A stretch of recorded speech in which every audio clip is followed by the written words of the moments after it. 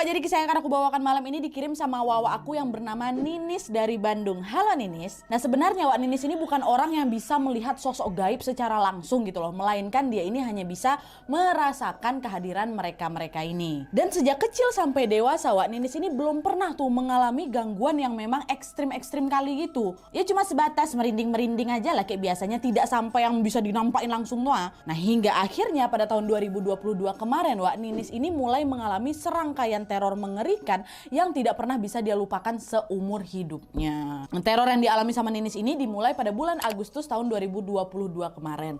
Pagi itu, Ninis yang berprofesi sebagai staf tata usaha hendak berangkat ke sekolah tempat dia bekerja yang berjarak kurang lebih 30 km, wak jauh kali, dan membutuhkan waktu kurang lebih 1 jam perjalanan dari rumahnya. Dengan mengendarai motor sendirian, Ninis ini menembus kabut untuk sampai ke sekolahnya. Di perjalanan itu, Wak Ninis ini harus melewati area hutan yang cukup sepi kali. Dan ketika dia memasuki wilayah pepohonan, Wak Ninis mulai merasa kok ada sesuatu yang janggal gitu kan. Dan kalian tahu entah kenapa pada saat itu Ninis ini merasa seperti ada sosok asing yang mengikuti dia dari belakang. Ninis pun coba lah kan ngintip dari spion motor kan untuk memastikan prasangkanya itu. Dan pas dia ngintip ke spionnya, Wak, betapa terkejutnya si Ninis ini ketika dia melihat ada sosok berjubah hitam yang lagi ngikutin dia dari belakang. Ya Allah, langsung si Ninis ini berteriak, astagfirullahaladzim, siapa itu, katanya. Dengan perasaan yang gak karuan, Ninis pun langsung melajukan motornya dengan kecepatan tinggi. Ya Allah, dia langsung ngegas kan, Wak. Nah pada saat itu Ninis hanya berharap sosok tadi tidak lagi mengikuti dia. Dan setelah si Ninis ini melewati area hutan sejauh 1 km, Wak,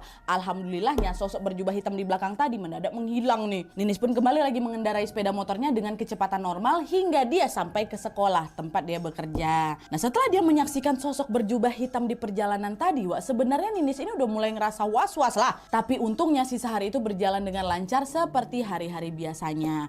Dan setelah pekerjaan selesai, sore itu Ninis langsung balik lagi, Wak, ke rumahnya dengan melewati rute yang sama, persis rute yang dia lewatin tadi pagi itu, ha. Dan ketika melewati area hutan, Wak, perasaan Ninis kembali jadi was-was lagi karena dia takut sosok berjubah hitam yang dia tengok tadi pagi itu tiba-tiba bisa datang lagi gitu. Karena ketakutan dia pun selalu membaca doa di sepanjang perjalanan pulang.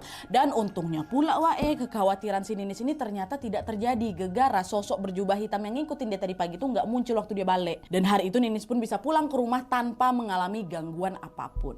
Nah keesokan harinya Wak Ninis pun kembali melakukan aktivitas seperti biasa, yaitu berangkat ke sekolah di pagi hari untuk bekerja dengan melewati jalan yang sama. Nah karena perjalanan pulangnya kemarin itu aman-aman aja, pagi itu Ninis ini jadi lebih berani lah ceritanya ya kan. Tapi sayangnya Wak, ketika dia melewati area hutan, secara mengejutkan sosok berjubah hitam itu datang balik ngikutin si Ninis lagi. Yang diperhatikan sama si Ninis, Wak, sosok itu melayang dan terus